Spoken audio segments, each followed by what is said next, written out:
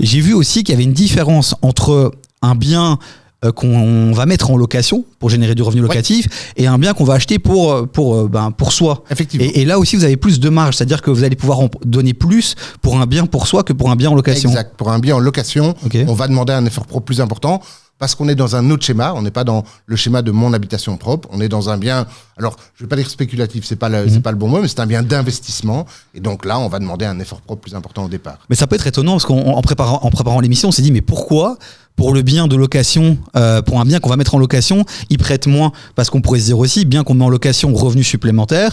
Donc pourquoi vous êtes un peu plus radin sur les biens qu'on va mettre en location? Ce qu'il faut bien voir, c'est la viabilité de ton investissement et la manière dont tu vas financer ton investissement.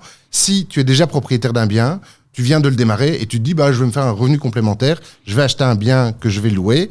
En général, nous ce qu'on constate, c'est que le loyer que tu vas percevoir ne couvrira jamais l'empreinte totale du bien. Okay. Et donc, si tu veux que ce soit viable, il faut qu'il y ait effectivement un effort propre au départ pour faire en sorte que ton remboursement de crédit soit plus ou moins équivalent au loyer. Et il ne faut pas perdre de vue non plus qu'une fois que tu as ton loyer, tu as encore un précompte à payer, tu as encore d'autres frais. Et donc, souvent, ça, les gens l'oublient.